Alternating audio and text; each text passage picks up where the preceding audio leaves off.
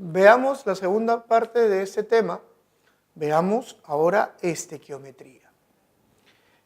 ¿Qué significa estequiometría?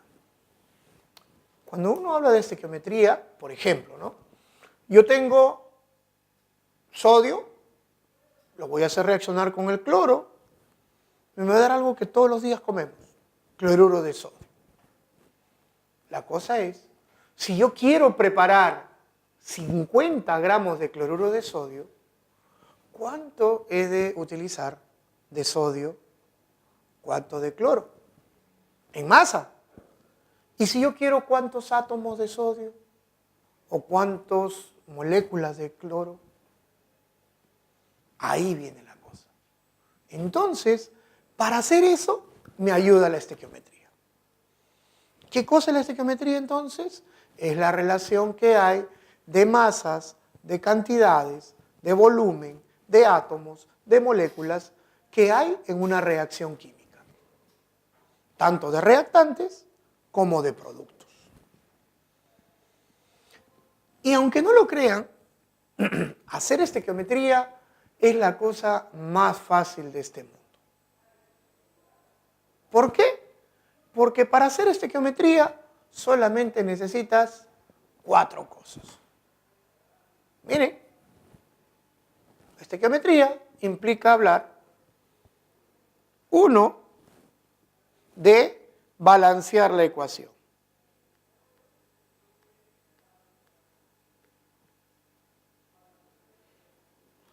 Esa es la primera regla.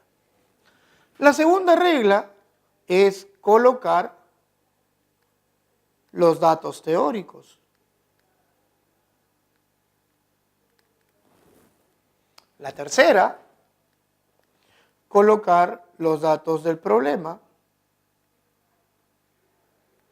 Y la cuarta, resolver. ¿Cómo? Con una dificilísima regla de 3 simple. Hacer estequiometría es lo más fácil de este mundo. ¿No me creen? Veamos los problemas y en base a eso veamos qué sucede. Por ejemplo, tenemos el problema 1. Me dice, se queman 132 gramos de gas propano con suficiente oxígeno en una combustión completa y aquí me dan la reacción. C3H8 en forma de gas reacciona con el oxígeno, me produce CO2 en gas y vapor de agua.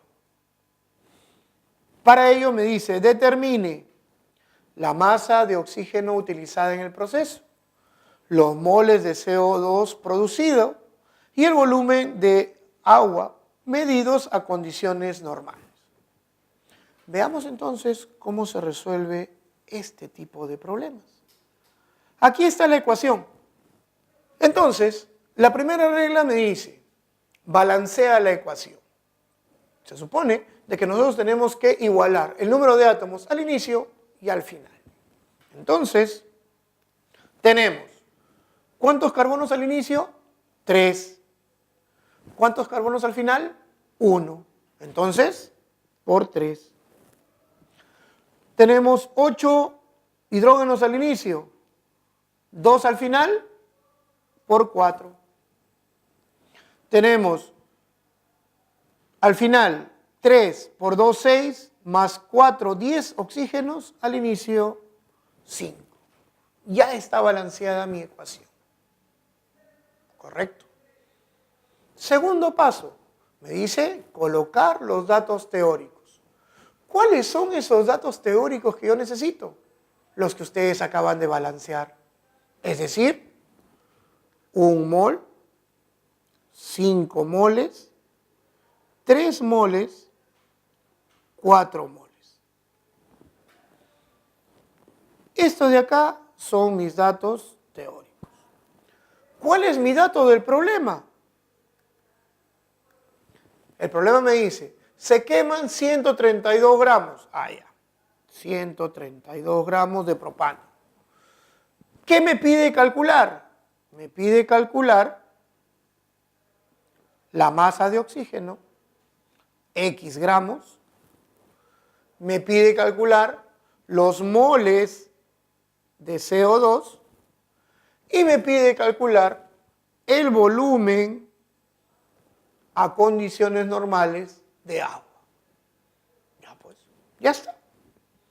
Pero, ¿cuál es el requisito de cualquier regla de tres simple? El requisito es que todas las columnas tienen que estar en las mismas unidades. ¿Y en qué unidades las quiero? En las unidades de mis datos del problema. Entonces, veamos. Un mol de propano en gramos, ¿cuánto es? A ver, recordemos un poquito. ¿Cuánto valía el carbono? 12. El hidrógeno vale 1. Oxígeno vale 16. Con eso me basta. Un mol de propano, C3, ¿cuánto sería? 36. Más 8, 44 gramos. 16 por 2, 32. Por 5, 160 gramos. Me dice 3 moles de CO2, pero abajo me piden moles. ¿Lo cambio? No, si ya estoy en moles, ¿para qué lo voy a cambiar? Acá me sale 4 moles de agua. Me piden en litros, medidos a condiciones normales. Pregunta, ¿cuánto es 4 litros a condiciones normales? Obviamente es 4 por 22,4 litros. Y ya con eso tengo todo para resolver y hallar X y Z. X vendría a ser 132 por 160 entre 44. Esto me sale 480 gramos de oxígeno. En el otro caso, Y vendría a ser 132 por 3 entre 44. Esto me sale 9 moles de CO2. Y Z vendría a ser 132 por 4 por 22,4 litros entre 44.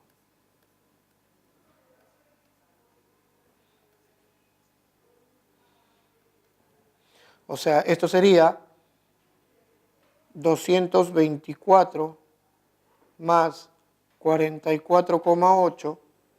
Esto sale 8, 6, 2. 268,8 litros. Y esa sería la respuesta al problema. Como pueden ver, era directo. Cuestión de pasar las unidades que tú tienes a las unidades requeridas del problema, hacer una regla de tres simple y punto. Se acabó el problema de estequiometría. Pero nótese de algo importante. Aquí, ¿qué pasó? Me dan un dato y me piden que halle todos, con uno solo, que es posible. Pero muchas veces, cuando se hacen problemas de estequiometría, no te dan un solo dato, te dan dos. Por ello, es necesario aprender a calcular el reactivo limitante. Pero antes de entrar a ver cómo se calcula el reactivo limitante en una reacción, veamos una analogía mucho más simple de ver. Observen esto. Voy a cambiar de chamba por un momento. No voy a ser profesor, voy a ser un carpintero. Como tal, me traen a mi taller 10 tablones y 48 parantes. Y me dice, construye mesas clásicas. ¿Cuántas mesas puedo construir? Si tengo 10 tablones y 48 parantes. Obviamente, ¿cuántas? 10 mesas. Habíamos dicho que teníamos para hacer 10 mesas, pero una parte del material me iba a sobrar y una parte del material se había acabado. Me pregunta, ¿qué detuvo la producción? Obviamente los tablones. ¿Qué sobró? Obviamente parantes. ¿Cuántos? Si he hecho 10 mesas y yo sé que cada mesa está conformada por un tablón y 4 parantes, obviamente he utilizado 40 parantes. Me quedan 8 que no he podido utilizar. Exceso, 8 parantes.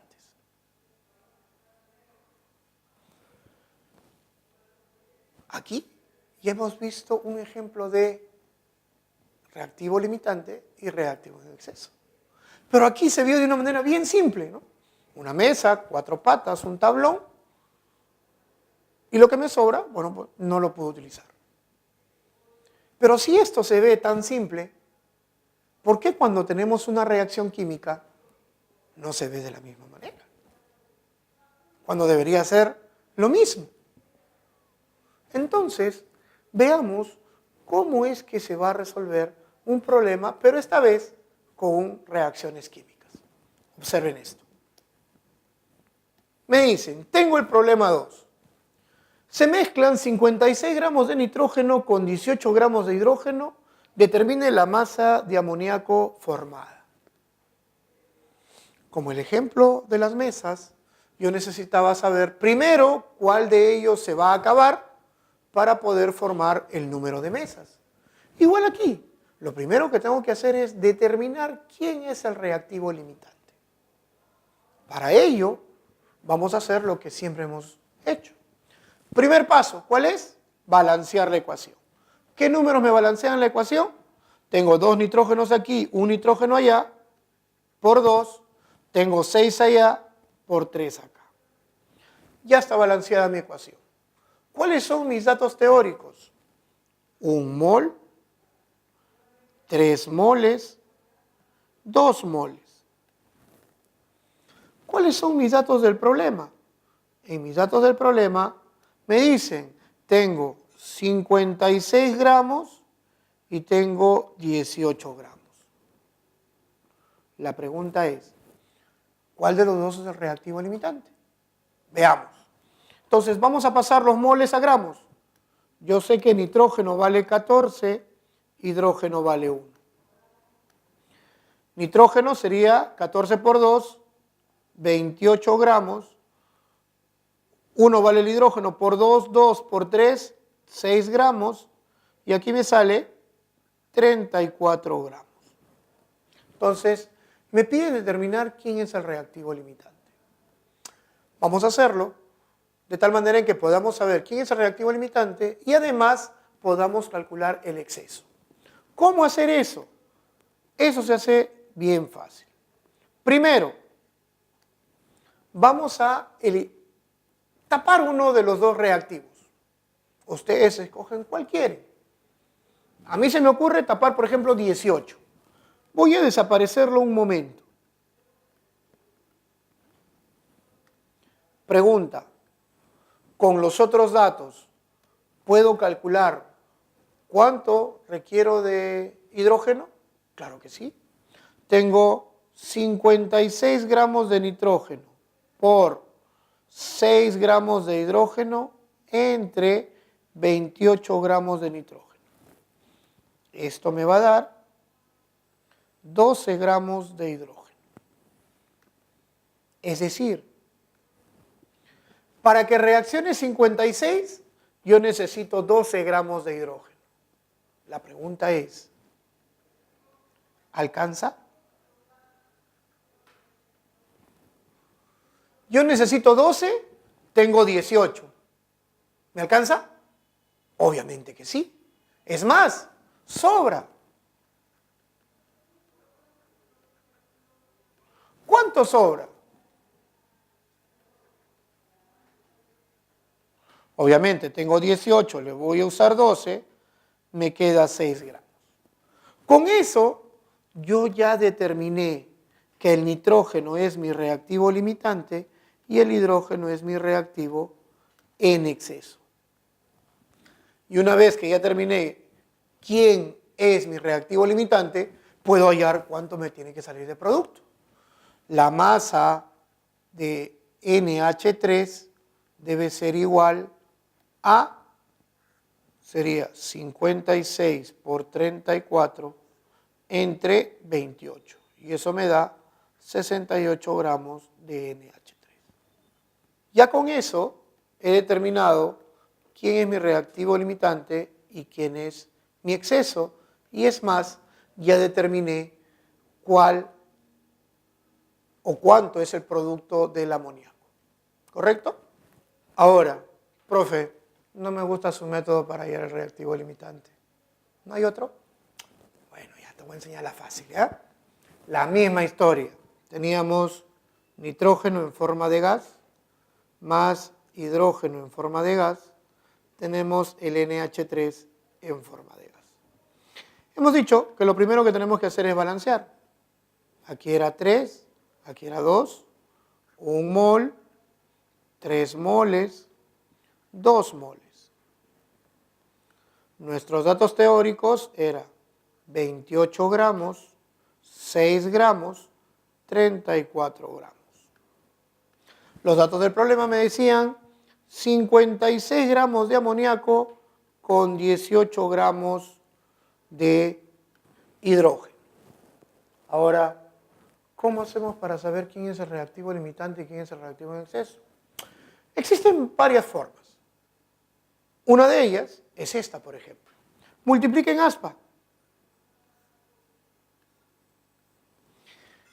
6 por 56, 336.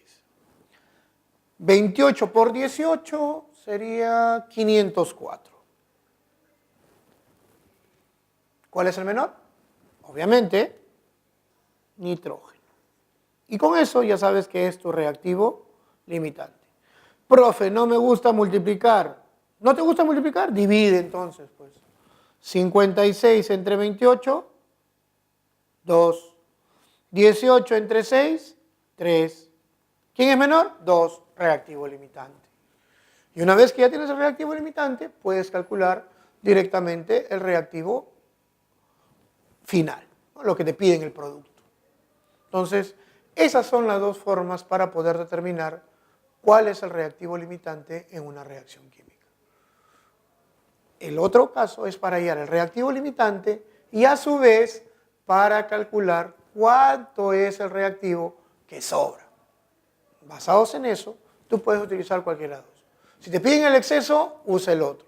Pero si te piden solamente el reactivo limitante y cuánto es el producto, puedes usar cualquier método que tú quieras. Al final, la idea es que puedas saber quién es el reactivo limitante y cuánto te va a salir usando ese reactivo limitante. Nunca el exceso. ¿Ok? Muy bien. Veamos otras cosas que también vienen cuando se habla de estequiometría.